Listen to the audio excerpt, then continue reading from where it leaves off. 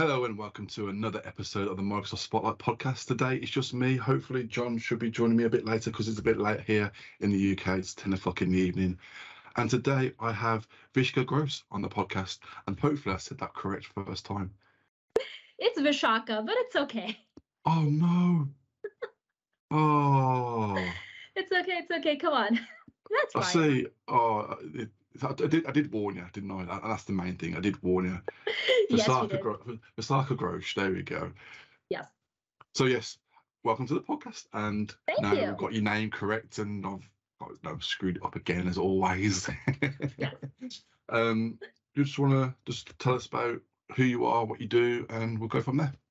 Sounds good. So, I'm Vishakha, like you just introduced me, and as an opener, when I try to describe myself, I always say that I am a passionate cybersecurity enthusiast and an advocate.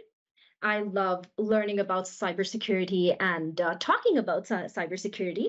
And that's why I ended up in the career space that I'm at right now. I work as a customer experience engineer for Microsoft right now, specifically with Defender for IoT, which is Microsoft's OT ICS security offering. My background in terms of education is actually in electrical engineering. And when I graduated from university, I had no idea whatsoever about the whole realm of cybersecurity, what it was even. I had no experience, I had no visibility until I started my career as an engineer in training with one of the biggest telcos in Canada. And that is when I think so what that role was, it was we do 6 to 9 month rotations in different teams. And the purpose of that is for us to find out where we would like to specialize or subspecialize, or where we would like our career to go. And when I was looking at the projects that were being offered to us new grads in the program, I automatically gravitated towards a project that involved designing a home security system. Something that would fit into the ecosystem of a smart home, because I'm talking about this back in 2016 when smart homes were a buzzword, new things, connected devices, IoT, etc. And I was more drawn to that. And when I started working on that project is when I realized how important security is and how important privacy is, and how that should and always should be a combination with development. Security should not be an afterthought, right? Yeah, definitely. So as soon as that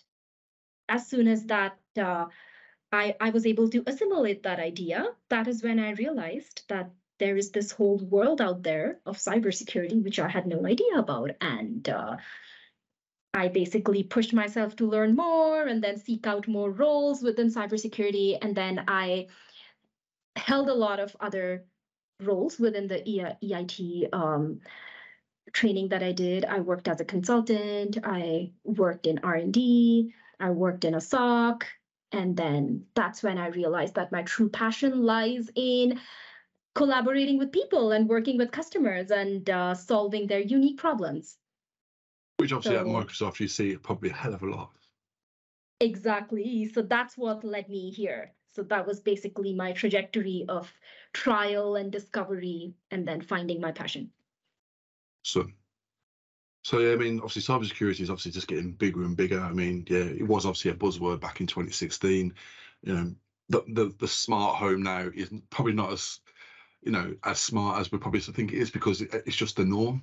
So everyone's got like Ring doorbells, security cameras, all that kind of stuff now. It's just normal. Obviously, in my office here, I've got a Google Home device. I've got them dotted all around the house as well. So a smart home is probably not as smart as we probably would think it is, but there's still steps where things are just getting better and better. Right. I mean, hopefully one day I'll get a robot to go and answer the front door for me, especially when I'm on a conference call. That would be the perfect smart home for me. But yeah, that's pretty cool. So obviously you touched on a little bit. Obviously, you went to university. What did you do prior to university? I mean, a lot of the guests we speak to, they always seem to never had a direct trajectory into IT. Never, I don't know, that the opportunities in school to basically get into IT. So, what was like your life growing up? So I grew up in India, and I spent the first 18 years of my life in India. So I lived there until high school, and then I moved to Canada, Vancouver, um, to pursue my undergrad degree in electrical engineering, and I went to UBC Vancouver campus. Okay. So I'll share another detail about my life. So I am also an Indian classical dancer. And So the reason, I was literally just looking at that in the show notes. I'm like, okay, that's pretty interesting. So you're gonna have to touch on that because I do actually like the art of dance. I mean, I've got Jamaican heritage, and obviously it was Jamaica's International Independence Day just at the weekend. So I was out at an event for that. So I was seeing like some of the like really old reggae artists performing, like Mr. Vegas. So it's like I love dance because it's in my blood. So yeah, you have to touch on a bit of the Indian classical dance because it just interests me. for sure. So I think the reason why I even bring it up now, and I bring it up when I even go to conferences and I speak with people, because I feel that my training as a stage performer has really helped me do away with the stage fright in general. Like The even when I'm at butterflies, university. Yeah, like it helps me facilitate conversations, lead discussions, sometimes, step up and present content in front of a large audience. I'm not scared of that. I think I would be more challenged with like a one-on-one conversation with like somebody who's very, very important, and if their personality is intimidating. But in a group of, if I'm like in an elevated platform and there is a large audience, that's my comfort zone. Awesome. I'm not scared.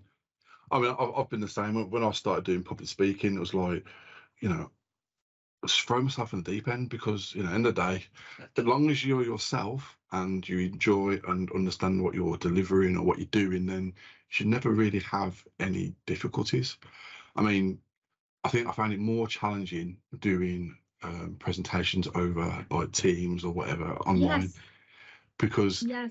I mean, I did a presentation for a conference, and it's like I've done it, but there's then like a couple of questions that dropped in, but there's never that after conference conversations, with the audience. Yeah, exactly. That's the one thing I missed the most when obviously the world was all screwed up and we had to do stuff from home. But yeah, I always missed that interaction with people.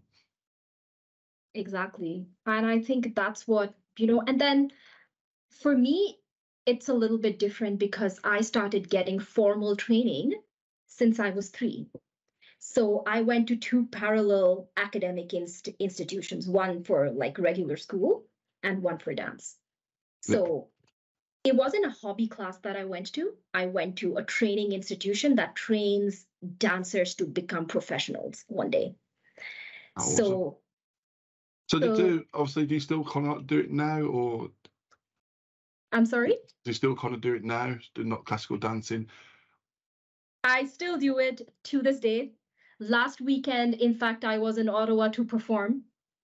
Awesome. And so I hold 2 jobs right now, one my regular 9 to 5, and the other one is the life of a dancer that I also lead.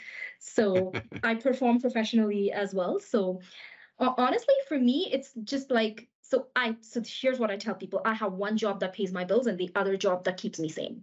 My passion. Yeah. The other job. And you've got to, I mean, I've spoken to that many different people from Microsoft over the last 2 years on this podcast. They all seem to have their normal 9 to 5 job and their side hustle that keeps them happy and keeps them going.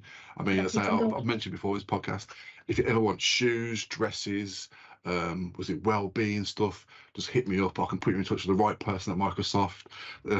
Hopefully get some credit from it. Some royalties. That is so cool. See, so so that's something that I've been doing, and I think that sometimes even dancers, right? I'm a mentor to even younger dancers these Yeah. days, right? When they come up to me and tell me that, is this sustainable?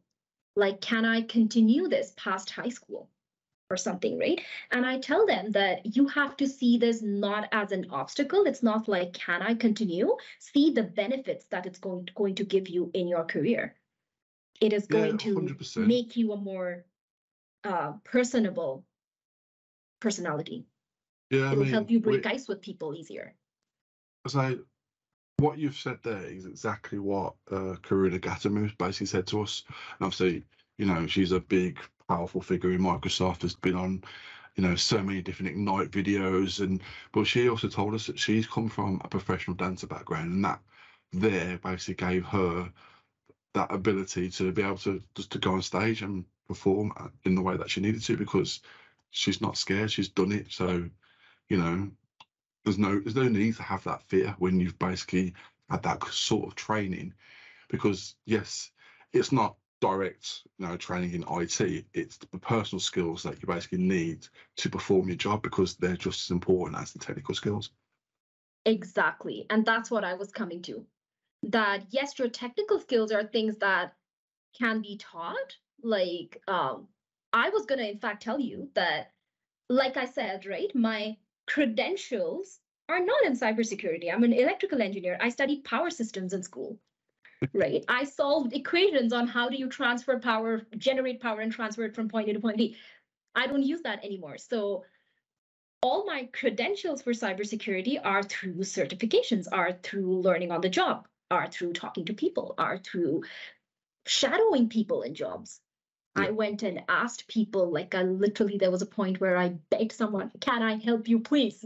Because I love what you're doing. So it's that, right? So technical skills can be taught, it can be studied, it can be learned. But the other side, the other skills, the personality skills, those have to be built. Yeah. From a younger age. So I totally agree with you on that. Yeah, I mean, obviously, you know, yes, you can go out and learn. I mean, obviously, you got to have the right mentality to basically go out and want to, you know, better yourself. Because, you know, Yeah. you know, I work in a company called Fujitsu. I basically am the learning group lead for Microsoft certifications for my particular team. Mm-hmm. And, you know, the people in the team that basically want to go and achieve, want to do certificates. I mean, there's one guy who's done that many certificates since he's joined. He's overtook me, and I'm like, this can't be happening. No, I need to catch up now. You know, I can't let him overtake me. And then you got other people, and it's just like, you know, they want to do them, but there's never enough time. And it's getting that right balance between home life, work life, and making time to actually, you know, want to do more and achieve more. Because at the end of the day, I see Microsoft certifications as it's just a tick in the box that basically, yes, I'll have that skill, that knowledge to basically go and do that particular role. To be honest, it's more like I know how to pass that test. Yes. Oh yeah, Yes. it is also, yeah, knowing it's obviously, you know, the wording that sometimes you get in Microsoft tests. It's like, yeah, you're trying to catch me out there. I know you are, and that's where you put in that bit in. But yeah, it's not about validating knowledge, really. It's just, yeah, can you pass a test about this particular thing that you may have done? Mm-hmm. And you know, there's been mock tests that I have done where I've not actually touched that technology for, you know, a year or 6 months or whatever, and still know it, and it hasn't changed, because the fundamentals are always going to be the same. And well, yeah, I've still passed the exam. And obviously, with the yearly renewals, like, I still haven't done any of that for a year, but I'll go through my renewal. Oh, look, I've passed. There we go. Move on. Start, and then I'll find the next thing I want to do. Right. Yeah, honestly, like in my role, I have had to take a lot of Microsoft certs, and I think to even further my knowledge, I had to take some ISC Square certs as well. But what I feel saves my day sometimes is being able to get people to trust me. And I'm talking about customers, and I'm talking about teammates. There have been so many times when I do not know the answer, even if I've passed a gazillion tests. Yeah. sometimes I just don't know the answer because the problem that each customer is looking to solve is very unique from the other. So sometimes if I don't know the answer, can I walk away with confidence saying, I will get back to you on that and I will get you the right answer? You have to trust me on that. So it's being able to do that sometimes. And that's the same when obviously you're doing public speaking, you know, you'll deliver a session, there may be something that you've said in that particular session where it's kind of tweaked something in someone's mind, like, oh yeah, I ran into that problem, but I've never ever got the answer to the problem that I had. So they will then come up to you and ask, you know, for more information. And sometimes you're like, well, I don't have the detail for you now, but I can get the detail for you if you give me your details. And it's that connection, is that important personal skills that you need to have to be able to handle that situation. Right. So they then walk away going, they're not just basically brushing me off and I'm never going to hear from them again. They're basically, okay, he understands and it's going to help. I mean, as many times it's happened to me. I mean, back in the old days of Microsoft when SkyDrive was a thing, I ran into so many issues and I actually did a whole massive presentation and come up with like a little expert and did quite a few conferences around Europe about the problems that I had. And there's so many times, I mean, I never expected people to come and speak to me about it because Office is boring, you know what I mean? It's just Word, it's just this, yeah, it's rubbish. But yeah, it's just amazing how many people came up and basically spoke to me afterwards. So yeah, Right. it's always good. And so my co-host John is now joining. You right, John? Hey, you're right. Hi, John. Hello. Sorry for being late. No problem. Nice to finally see you. Nice to see you. Yeah. So So our guest today's from Canada. I understand. Yes, and Correct. John, I already butchered the first name and surname, and you know, been the usual myself, you know, as it goes. How bad was it? It wasn't too bad. It wasn't bad. It was okay. So I've had people butcher it worse. What did you say originally? And can you now say what it is? Oh, no, you put me on the spot. Oh no, this is depression now, right? Okay, So, I'm gonna wait. So for basically, Andrew to do the it. surname, right, is basically like ghost, but with a H on the end. That's correct. So it's like Ghosh. No, you eliminate the. That's right. You eliminate the T and then you replace that with an H. Yeah, there we go. So yeah, so Ghosh. I got surname right. There we go. That's 50% of the test pass so far. Okay. Yeah. What about the first name? Is it Vinishka? No, I've done it again. Right, that's it. I'm signing There's off. no N in the name. I'll see you later. That's it. My door's there. It's Vishakha. That's what I would have said. That's like. So anyway, yeah, I'm just gonna sit back now and let John do the rest of the episode. While So Vishakha, nice to meet you. Vishakha, there we go. I'm usually the person who can say names. So hi. Well, what I'm doing, I'm forcing myself to introduce every single guest to try and basically, you know, get it right first time. I think one day I am going to do an episode and go, hello and welcome to the Microsoft Spotlight. This is edit 949 of me saying the guest name and go from there. All right. All right. My God, this is fun. All right. So where are we up to? We are up to the point where we're just basically talking about personal skills because, yeah, Vishakha. Yes. Was an Indian classical dancer before moving from India over to the States, or Canada, should I say. Canada. I best get that right because I know that obviously the Americans don't like to be called Canadians and vice versa. So, yeah, I thought I'd correct myself right immediately there. I think that's like calling us French. So Yeah. But I do like Ryan Reynolds though. He's brilliant. He's amazing. Yeah. So yeah. So we'll carry on from obviously the past. So what made you make that jump from India to the States? To be honest, I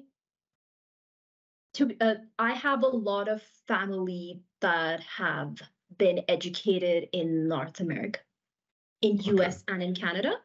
So I was growing up, I was the youngest sibling. Like I'm the only child of my parents, but I am the youngest in are like my generation. So my dad's the youngest brother, and hence I'm like the youngest in the family. So I got lucky that I had so many people to like idolize and look up to, and everything that they did is like the right answer.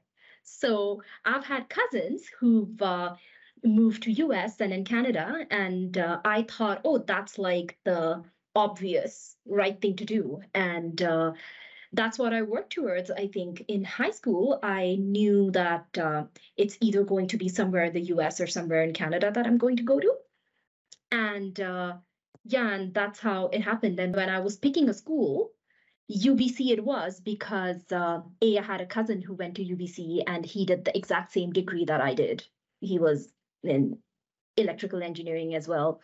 So it was good to have that familiarity within the family, like somebody who can guide me. So I used that to my advantage. And also Vancouver, so West Coast, they say, is a more relaxed version of the rest of Canada. So I live in Toronto now, which is a very fast-paced hustle culture lifestyle. Yeah. So people are basically running across the crosswalk sign, even if there's 2 seconds left, they will run across because everybody's in the rush to get to somewhere. It's not like that in Vancouver. People have an excellent work-life balance. People are hardworking, but they also are very protective about their personal time. And when I visited Vancouver, I visited my cousin who went to UBC. So I just liked the culture and the way how pretty it was and how the way the people were. And I thought if I were to move to a place outside of my comfort zone, outside of my home, then Vancouver it will be. So that's how I made the decision. And there's been no looking back since. And since I moved to Canada, I have been living here and now I call it home. I mean, do you have many opportunities to go back home and obviously see family? To visit, yes. But because I left when I was 18, I didn't ever think of going back even for a job opportunity or for school, because basically all my adult life has been spent outside of home. So No, that's fair enough. yeah. Because I mean, we've had quite a few guests on recently that have made that jump from obviously moving from India to other countries. So it's always, for me, it's interesting to understand the drivers and the motives for it, because I've always lived in England, and I've never really seen myself like jumping from here elsewhere. I mean, Right. I've got my family from a military background, so they've like travelled all over the place. My brother served in Right. Afghan and all that kind of stuff. But it's like I've never had that motivation to go and move to another country and just try something new. No, I'll tell you what it did to me. It's that I think I see myself even today, like in my career and in my personal life, I try to jump into challenges and I try to take on situations that'll help me grow and change as a person. That's situations that are actually outside of my comfort zone. The reason why I even dare to do that now is because of the fact that at the prime of my adulthood, I left home all by myself and I came to a foreign country where obviously I had so many culture clashes, right? It's not just this education style, it's also social style that I had to pick up on, right? Yeah. Because I did that, that was a big one. Because I overcame that at the right time, I am no longer scared of the unknown. Yeah, because obviously you can walk into a room and obviously not know anyone, and you've basically done that from a very young adult age through to present day. So when you walk into a meeting room, there's no fear there, because you say you've done the biggest thing you can ever do, which obviously leave your native country, move to another country where everything's completely different. Social circles are not there, so you haven't got that support that you would normally have. It's like, yeah, this is me, this is who I am. I'm going to basically put myself out there and just be yourself. Exactly. If I could talk to that immigration officer who wasn't nice at all to me, who I did not know, this client in a meeting, I can talk to you. So yes, it's basically that. So it has shaped me as a person, I believe. The fact that I did that at that time. Nah, wicked. No, so, I absolutely think anyone that basically leaves their native country and moves to another country is so interesting. And I take my hat off to them because it is such a challenge to basically up sticks from everything you basically grew up with and do something that is taken away from family circles, because obviously your parents are still there, and obviously that communication challenges of time zone as well. Right. It must be hard, but you're doing it for yourself, because at the end of the day you have one life, one opportunity, and you're going to do the best for yourself, and that's all you can do. At the end of the day, it's all about keeping yourself happy and making sure that your well-being is looked after the most. So at the moment, you're obviously at Microsoft, been there for over 2 years now, and you are a senior program manager. I don't know if you've already gone through it, but I know quite a few program managers at Microsoft, around, mostly in the US actually. But what do you actually do day to day? What's the day-to-day role for yourself as a senior Absolutely. I program? would love to tell you more about that. And the fact that they're mostly in US, that is 100% correct. Because when, like I just said, that I walk into challenges a lot, is so I actually ended up attending a webinar by one of the members of my team today, and he was presenting about the role and what he does and what Microsoft Defender for IoT is all about. So I'm a program manager for Microsoft Defender for IoT as a product. And I was sharing with Andrew that that's Microsoft's OT-ICS security offering that we have. And I had basically no experience in OT-ICS as such, zero experience. And two, I also knew that most of the PMs are in the US. But he openly said that he's looking to grow his team. He's looking to hire more people. And I still approached him, and I was okay. I went and I approached him expecting a no, because but you got one a of the yes. others, one of the two was going to get in the way. Like, he's going to tell me you have no experience, go away, or he's going to say you don't live in US, go away. I'll throw you a question on that, because one of the things obviously we've spoke about a lot on this podcast is, when it comes to job descriptions, right? How a male sees a job description versus a female is massively different.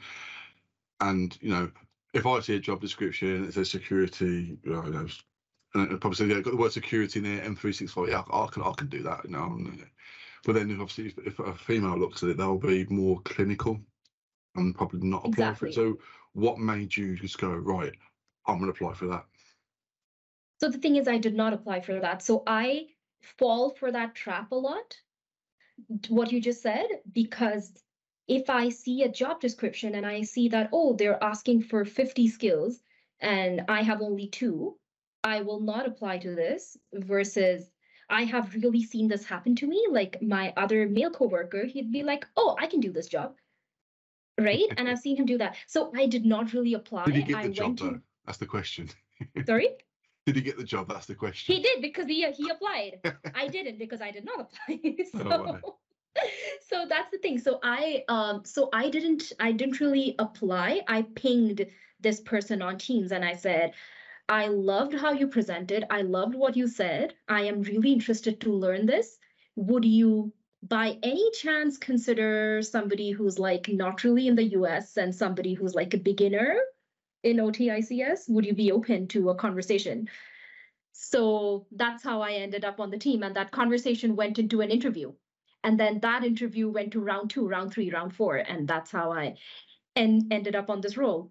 So what I do day to day, John, to answer your question, is that I play the role of a liaison between the field, the customer, and Microsoft, product, engineering, R&D, whoever needs to be on the receiving end. Yeah. So as soon as Defender for IoT has been sold and implemented and a POC has been completed for the customer, that's when I come in to do the actual post-deployment customization.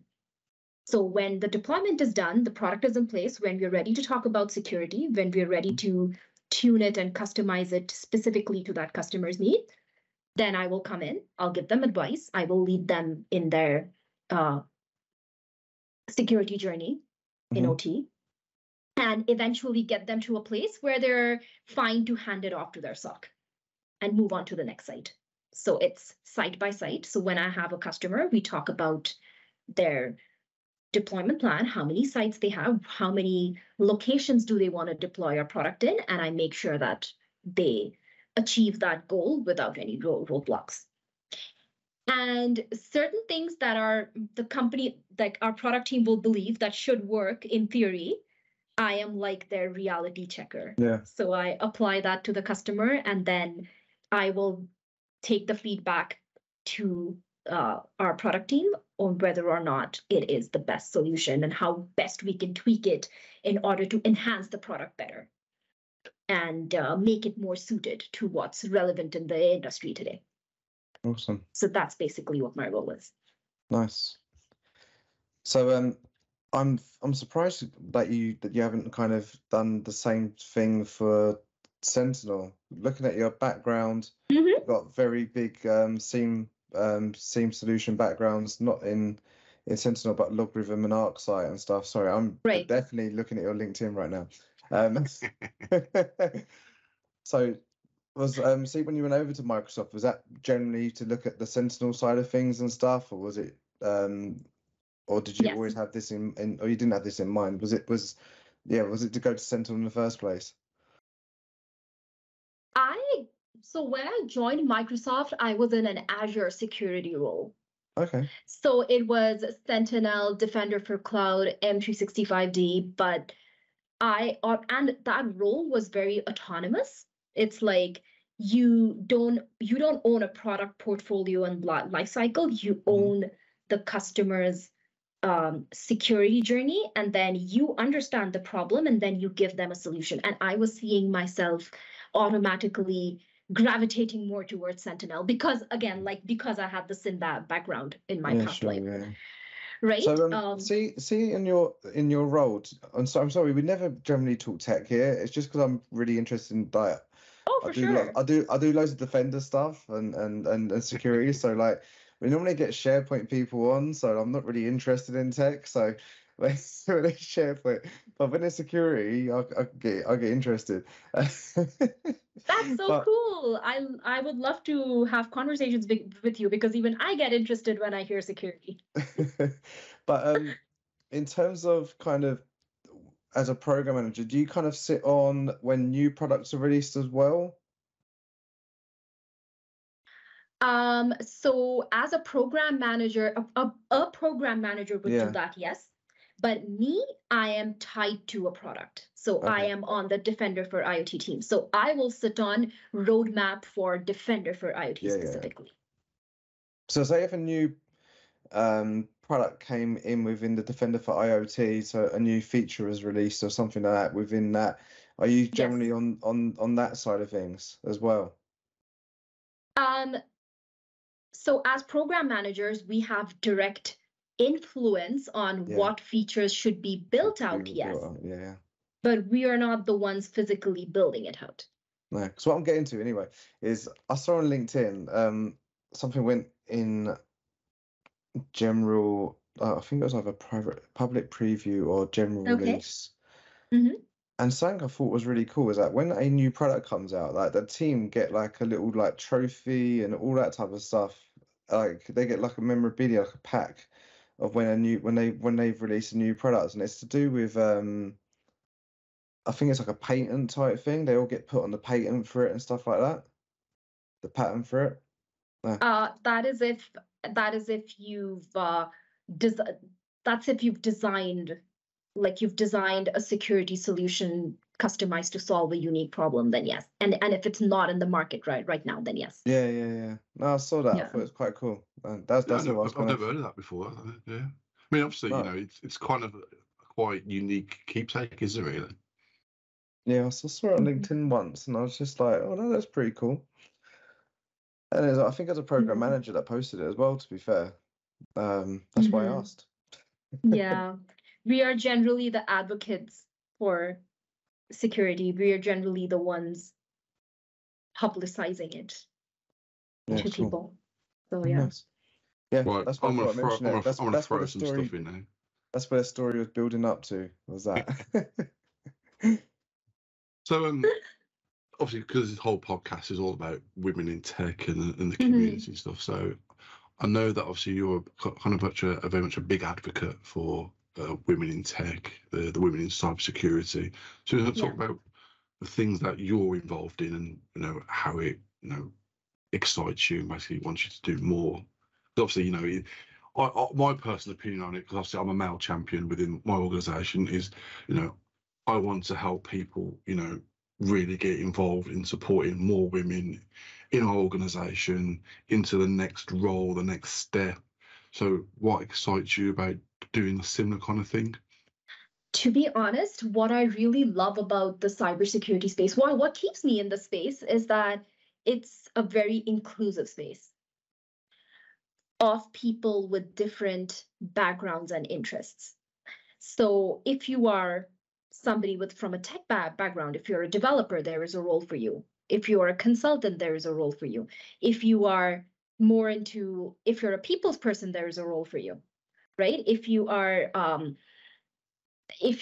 more into consulting advisory, there is a role for you, right? So I feel that security is so inclusive, hence there are so many career pathways.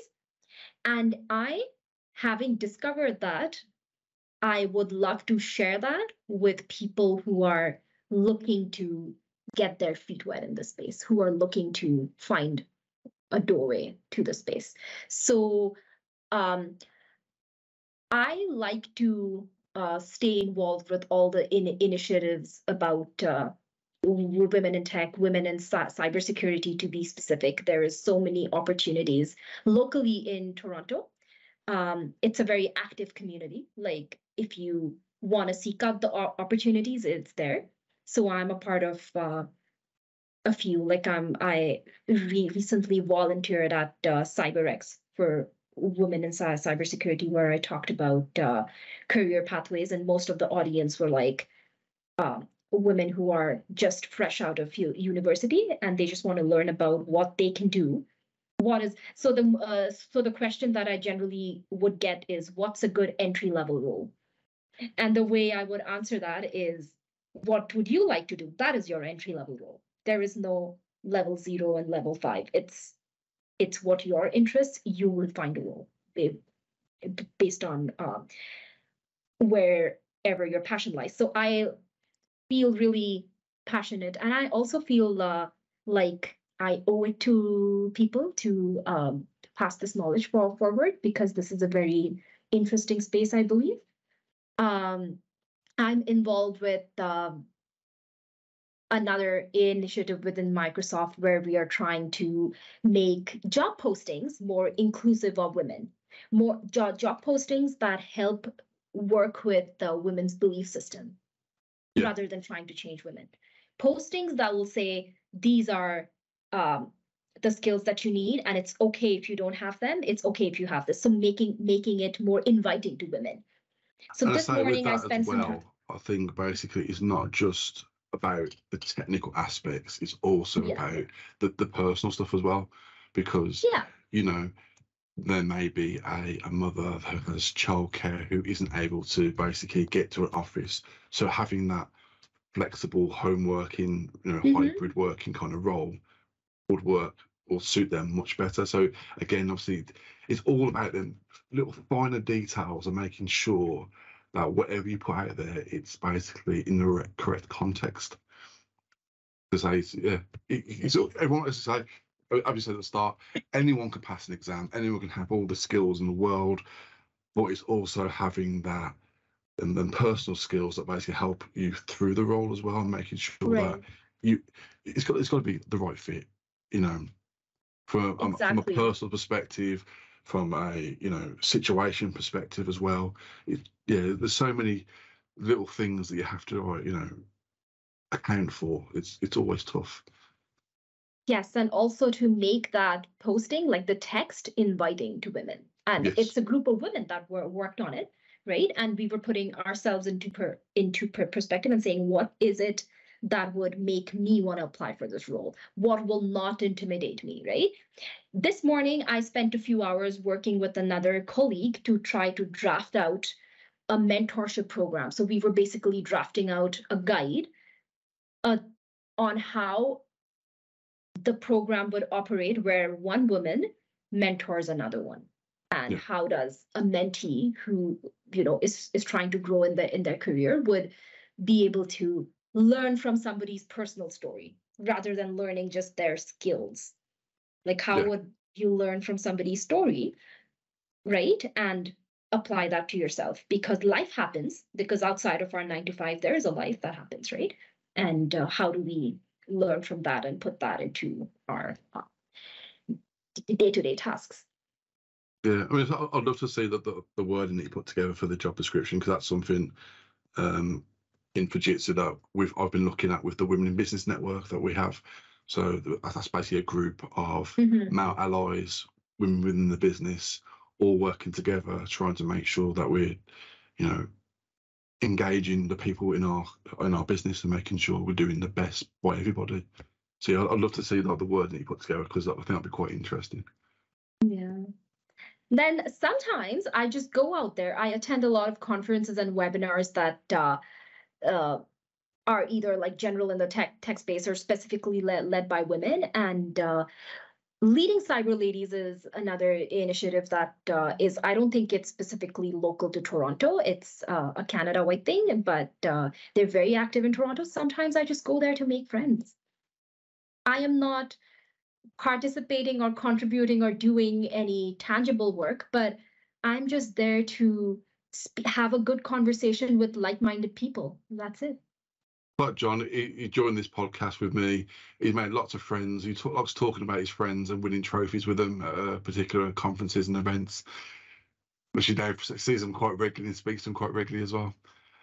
Yeah, I generally go to conferences now to like hang out with my friends.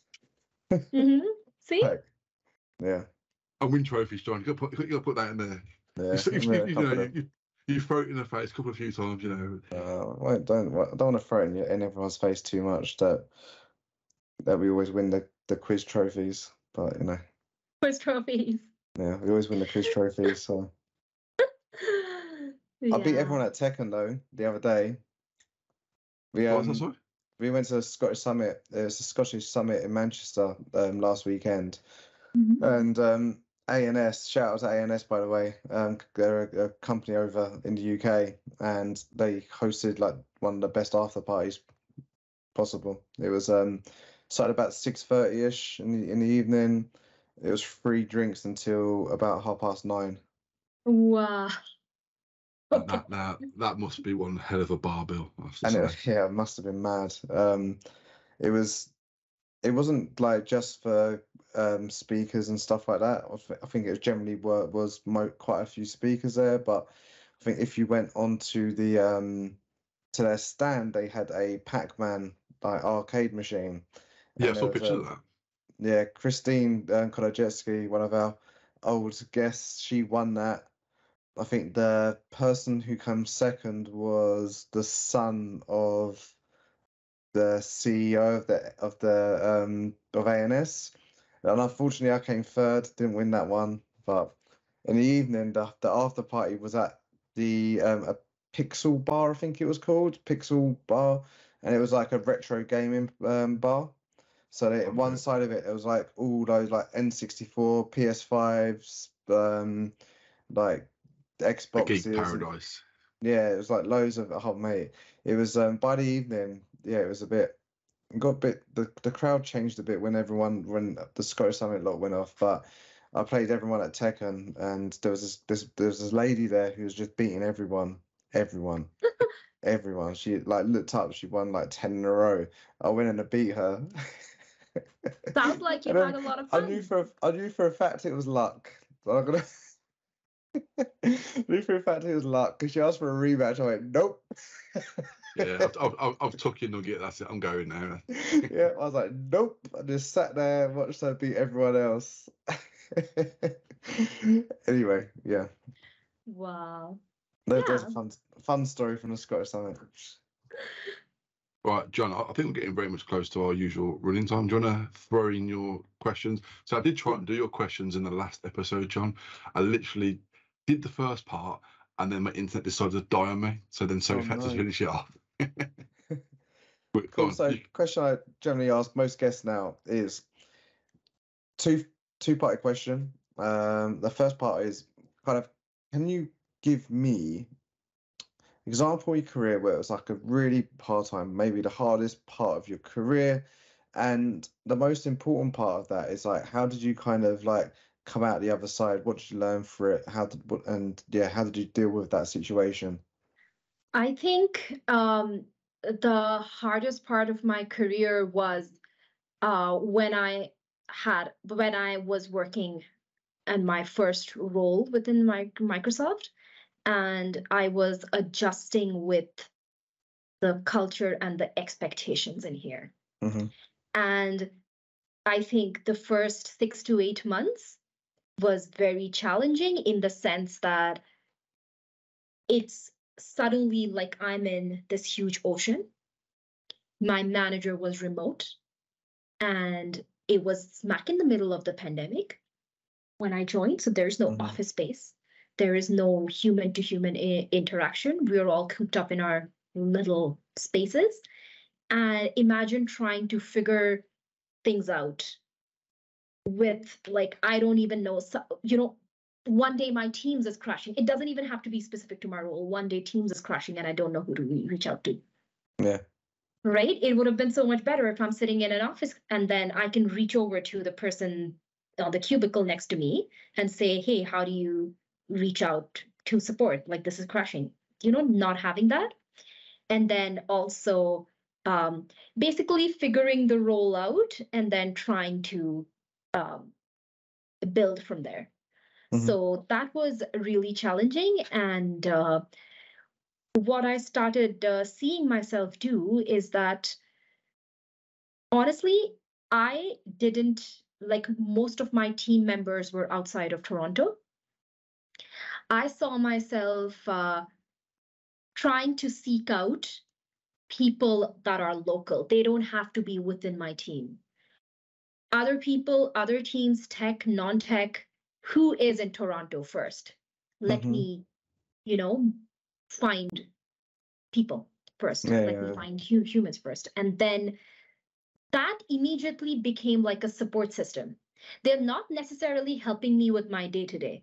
But as soon as I have a support system, I am much more confident. And I saw myself coming up with ideas, innovative ideas on how I can do my job, right?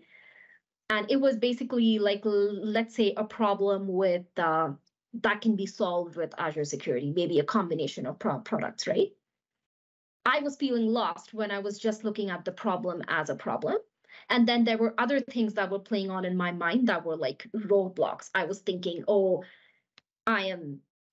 basically it's just me and my laptop and this whole world of clientele behind the laptop. And then there is no one, I have no support. But once I was able to get past that mental roadblock, that, oh, there is people, even though I can't see them personally, I'm not the only employee at Microsoft. There are other people I can reach out to. So once I was able to make that human to human connection, I think I was able to come up with innovative ideas on how I can solve my problems for my customers. So yeah. Awesome. Then things got better once things started to open up, and then I started going to the office, and now I have faces and personalities to the names. Now you know people. Now I know. Yeah, people. it's a bit of a lonely place, isn't it? And like, a job change is always I find very hard. Because you're either going to like unless you're going for like a company where it's quite easy to kind of settle into. But if you're used to a smaller company and you go to a big company, it's really tough. But then also the other way around, if you're going from a absolutely massive company and you go to a small company, then I think there's a similar type of adjustment that way as well, because right. Yeah. I mean, I had exactly the same thing because I joined Fujitsu literally the week after the first lockdown in the UK. So I didn't know anyone. I was having to join as many conference calls as possible to try and meet my colleagues. I mean, my line manager's not too bad. He only lives like half an hour from where I live. So me and him like speak regularly because we've got the same lingo, because from the same area, speak the same dialect. So yeah, it was tough during that first, like, so say 6 to 8 months, as you say, because trying to get to know people, know their personalities. Yeah, that was normally you do it face to face and engage people immediately from that initial conversation. But when you're doing it over Teams and through video, it was tough. Yeah. So the second part of the question is the opposite. What's like the best part of your career so far? I think I've had many best parts. I've had many highlights as such. One of them, honestly, I'm going to speak about the time when I was a new grad. We call them engineering training EITs in US and Canada. It was fun because I had just graduated from university. I was younger. I had less responsibility in my head.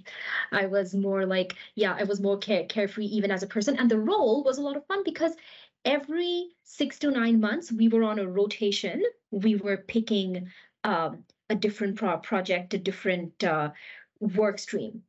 And I saw myself really like in this perpetual high of excitement. I was like, oh, what's next? What's coming next? What is it that I'm learning next? Who are the new people I'll be working with? What is this new space that's going to open up? Right. So I jumped a lot. Look, I was working on a project where I helped design a smart security camera. Then I worked a little bit in security R&D. Then I worked a little bit in consulting, and then I helped. Then I was working on a team that was basically the MSSP offering for that company. So that's where I think I got most of my hands-on security experience. That's what shaped my security thinking, if that's even a thing. Yeah.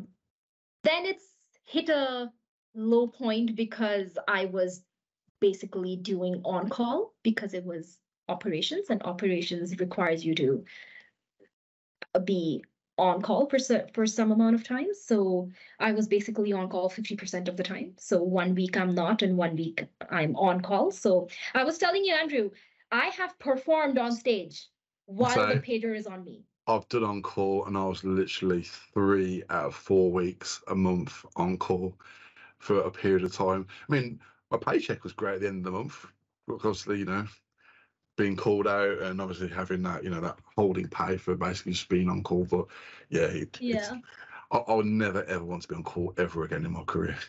Exactly. Like, you think that, oh, I'm getting paid for sometimes I'm not getting a call, but I'm just getting paid for holding the pager. But then you realize that, is this enough money to buy my peace of mind? It's never. It was a great learning experience. I would not trade that part of my life off for anything. I think that gave me a lot of skills that I'm using even till now, like being able to think on my feet, like being able to think constructively during a period of emergency, right? If it's a severity A, the client is yelling, everyone's up. It could be 3 a.m. in the morning and snowing outside, but it's still a 7. So situations like that. And there have been times where I've been on call and I have a dance performance. I have to perform, and I basically had to instruct the photographer. Just dancing away. Get the headset out. Yes, right? So I hit a low then and became unsustainable, and that's when I was looking for a change, and then Microsoft happened. Awesome. Yeah. So nice. I've got one final question to wrap up the episode. So if you had a time machine and go back in time and speak to your younger self, what advice would you give yourself? I would talk to myself when I was at university, and I will tell myself, grades are not that important. Stop crying about an A. Like, don't go after an A all the time. It's okay. Have fun. Learn rather than running after grades. So I would go back and tell myself that, because I spent 99.9% of my university life chasing things that are not that important. I wish I had spent more time getting involved and actively like immersing myself in the hands-on projects that I did, rather than just trying to see how can I get the best possible grades and how can I be on the dean's list and all that stuff, because that is not what teaches you how to survive in life. Yeah, it's all about that them real world skills, because in school I think that a lot more can be done to basically teach people how to enter the world of the working career, the world of work. Because in school it's about getting grades, but they're not really that important when you actually start working. So I think the curriculum has to change slightly, probably never will, to prepare people for what the real world is actually like. Because when you get chucked out of school or university and then have to go and enter the real world of working, corporate life, or whatever you want to do, then it's a bit of a culture shock. Oh, right. I would tell myself, and this is what I tell my younger generation when I mentor them. I tell them, network more. If you have a midterm the next day and a networking event the night before, go to the networking event. It's okay to fail that midterm. Go to the networking event. Don't make the mistake I made. Right? So this is what I tell them. Go to career events, go to networking events, share your resume, let them reject you, get feedback on your resume, work on your resume, rather than, No, that's fair. That is, I agree with that one. So, Vishakha, thank you very much for joining us today. You got it wrong again. Did I get it wrong? Yeah, you said Vishakha. It's okay. Vishakha. Vishakha, it's okay. Oh, see, I was trying to be clever and I just screwed it up all over again. Oh, there we go. I start the podcast on a negative note, and I end on a negative note. We get the names wrong again. There we go. No, I'll say what today. I'm gonna blame it on. It's late. It's late, 11:05 in the UK right now. I'm tired. I've been up since early morning. There you go. That's my excuse. There you go. No, thank you for doing this. Thank you. I really, really commend. And this is inspiring. The fact that you've been hosting this podcast for so long, and this is what, episode 66? Yep. Yeah. Thank you for doing this. Thank you for believing in us to have us in the podcast and giving us time from your life. Thank you so much. As I've said many times in this podcast to John, I mean, I love doing this. I love speaking to new people and learning about the careers, because, it's helped me understand people a little bit more. It's helped me grow more as a person in my working life and have that appreciation for other people's, entry into the world of IT, because some of it's been similar to my own. Some of it's been like, wow, didn't expect that, people, but we had women. I was on quite a few episodes ago now. That was a nanny and got into the world of IT. So, it doesn't make a difference what you learn in the early part of your career, in your early part of life, because it's not a hindrance to basically going out and achieving and becoming the next woman in tech that's going to basically, really go out there and achieve, not for other people, but for yourself. And that's the most important bit. Yes. So thank you for... Also, what I'm going to say, though, is I don't know when's it going to be released?